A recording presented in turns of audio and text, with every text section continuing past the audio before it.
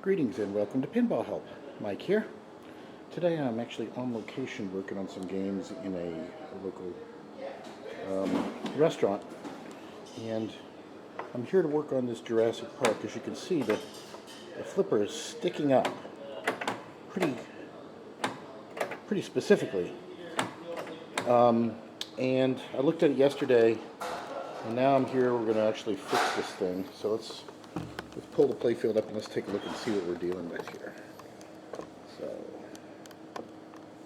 one second.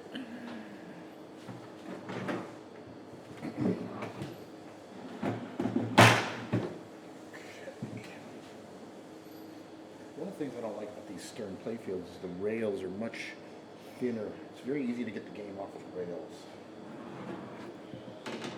So, if you look at the coil stop right there, you'll see what the problem is. It's literally broken off. See that? It's literally broken off inside of the thing. So I'm going to have to remove that coil stop and replace it. So I'm going to pull that off, put a new one on, and let's take a closer look at it. So stand by.